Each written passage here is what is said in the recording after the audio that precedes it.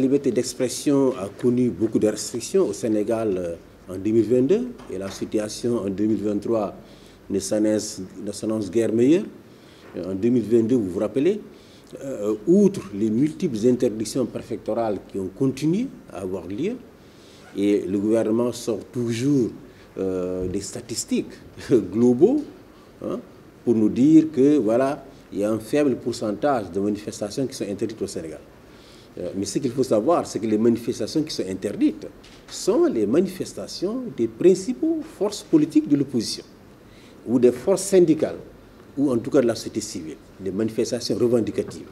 Alors, vous avez beau autoriser des manifestations, mais si vous interdisez les manifestations des partis politiques, si vous interdisez les manifestations de la société civile ou des syndicats, vous ne pouvez pas vous prévaloir justement du respect de la liberté d'expression. Non seulement les préfets continuent à interdire sur la base de motifs vagues, parfois même fallacieux, de risque de trouble à l'ordre public, n'est-ce pas? Mais la répression contre les manifestants est extrêmement dure. Nous avons connu l'année passée, au mois de juin, des arrestations de leaders de l'opposition qui ont été emprisonnés.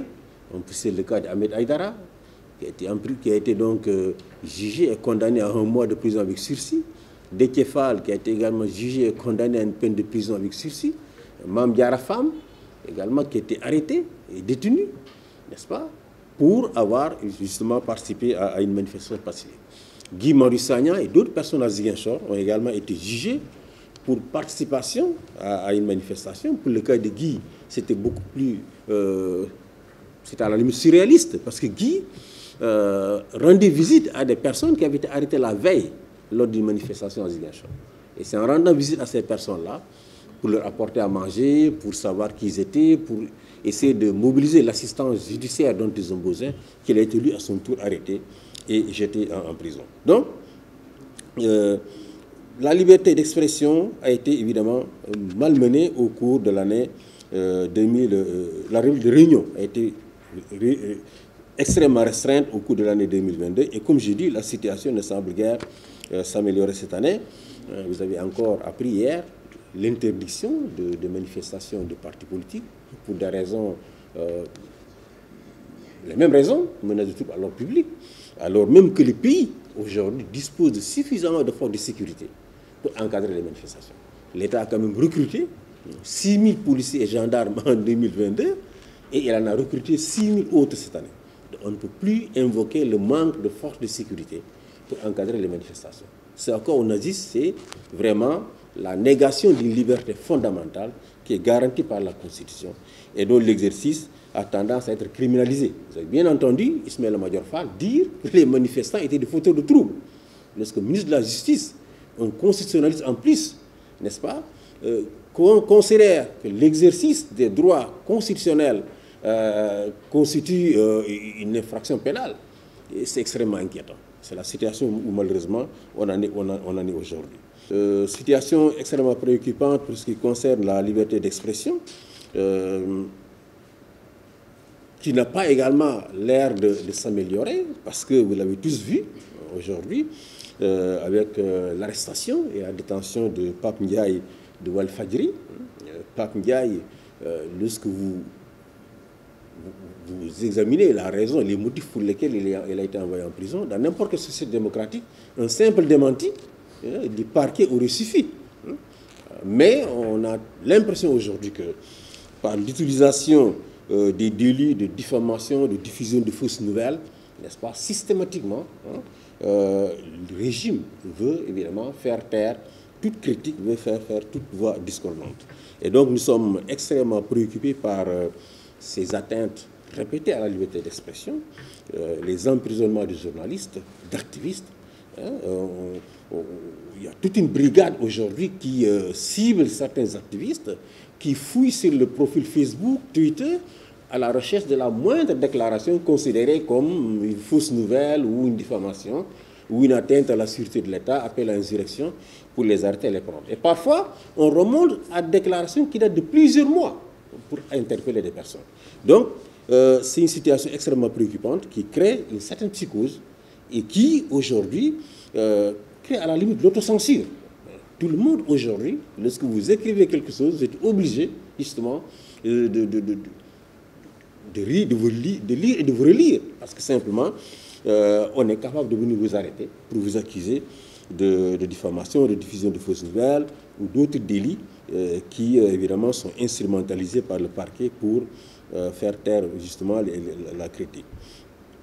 Il y a le cas du recours excessif à la force, qui s'est traduit au mois de juin et juillet par la mort de 2 personnes à Ziguinchor. Idrissa Goudiaby et une autre personne à Bignona ont été tués à la suite de manifestations. On a tous suivi la polémique qu'il y a eu sur le cas d'Idrissa Goudiaby. D'abord une autopsie qui a tendance à blanchir les membres de forces de sécurité, et puis une autre autopsie demandée par la famille avec le soutien d'Amnesty d'ailleurs, qui a établi clairement que, évidemment, il a été tué par balle, comme évidemment l'avaient clairement dit tous les témoins oculaires de l'incident qui lui a coûté la vie. Cet usage excessif de la force également n'a pas tendance à s'arrêter, parce qu'on l'a tous vu avec les manifestations de ce mois de mars, qu'au moins, évidemment, 3 personnes ont perdu la vie pendant ces manifestations. 2 à Dakar et une autre personne à Bignona, Mamoudou Korkaba, qui a été tué par balle par la gendarmerie lors des derniers affrontements consécutifs à la convocation du leader de PASTEF pour le procès en diffamation qu'il pose à Mambayan. Ce qui est inquiétant dans tout ça, c'est vraiment la manière dont le parquet est instrumentalisé pour arrêter des personnes, n'est-ce pas, les accuser du délit de diffamation, diffusion de fausses nouvelles, et de requérir systématiquement leur passement sur mandat de dépôt. C'est cela qui est inquiétant. Dans toute démocratie, la justice est, n'est-ce pas, le dernier rempart des citoyens contre les abus et contre, évidemment, les atteintes aux droits humains. Dans tous les pays du monde. Dans tous les pays du monde. Vous voyez ce qui s'est passé en France il y a quelques jours. On aime bien convoquer les mauvais exemples de la France. Le gouvernement sénégalais, les magistrats sénégalais aiment convoquer les mauvais exemples de la France. En France, on a interdit de manifester près de telle place. Donc, au Sénégal, on est fondé aussi à interdire. Mais les bons exemples de la France, on ne les prend jamais. Et ces bons exemples, il y a le rôle important que jouent les magistrats français dans la protection des droits et des libertés des citoyens. Et leur communiqué que nous avons largement diffusé cet an dernier, n'est-ce pas, montre encore une fois le rôle qu'ils ont joué pour stopper la dérive répressive du régime d'Emmanuel Macron. Et ça devrait vraiment interpeller nos magistrats, qui aujourd'hui, malheureusement, servent, n'est-ce pas, d'instruments, n'est-ce pas, à l'État, pour évidemment faire taire toute critique et évidemment envoyer les activistes en prison. Il y a également la question de la torture et du mauvais traitement, avec la disparition, la mort de François Mancabou, qui nous a tous interpellés et attristés l'année passée. Quelqu'un qui a été arrêté chez lui, qui est mis dans une cellule de la police, une cellule où il y a une caméra de surveillance. Mais quand vous êtes en garde à vue, vous devez être sous la surveillance de la police. Sous la surveillance de la police. Même si la police nous dit que François Mancabou s'est fait mal lui-même, elle est quand même responsable parce qu'elle est sous la surveillance de la police. Qu'elle puisse se faire autant de mal, n'est-ce pas, alors même qu'elle est sous la surveillance de la police, est extrêmement préoccupant. Même si nous tenons à la fois de son épouse et de son frère, qu'il a dit clairement qu'elle a été torturée. Son épouse et son frère ont dit qu'elle a dit clairement qu'elle a été torturée, et ils ne se sont pas limités à le dire aux ONG de droits humains, ils l'ont également clairement dit dans les médias que François Mancabou a pu dire qu'il a subi de mauvais traitements. Au jour d'aujourd'hui, on a ouvert une enquête, comme pour tous les cas de décès, on ouvre des enquêtes et on laisse les dossiers dans l'État. Nous sommes habitués, n'est-ce pas, de cette pratique de la part de la justice sénégalaise. Ça fait au moins une vingtaine d'années que nous documentons les cas de décès en détention, les cas de décès lors des manifestations, n'est-ce pas? Il y a eu très peu n'est-ce pas, de cas où on a eu des enquêtes et où on a eu des procès. Des cas très célèbres. Fallou Sène, qui a été tué à l'université de Saint-Louis. Rappelez-vous, qui en parle aujourd'hui? Personne. Rappelez-vous, Abdoulaye Yingou, certains qui sont plus jeunes ne se rappellent même pas de ce cas. Pas de justice. 2011, 2012, 11 morts. Un seul cas a fait l'objet d'une enquête et d'un jugement. C'est le cas de Fou Mamadou Diop. Tous les 10 autres cas, absolument rien ne s'est passé.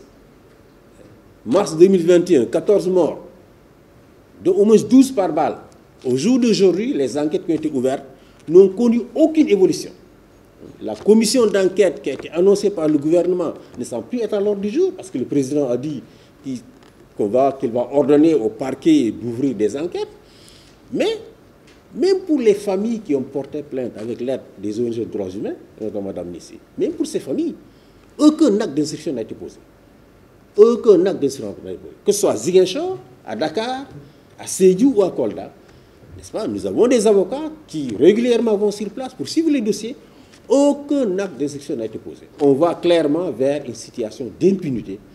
Et cette impunité, n'est-ce pas, est la cause principale de la répétition des actes de violation grave des droits humains, notamment les décès en détention et les homicides commis par les membres de forces de sécurité suite à un usage excessif, évidemment.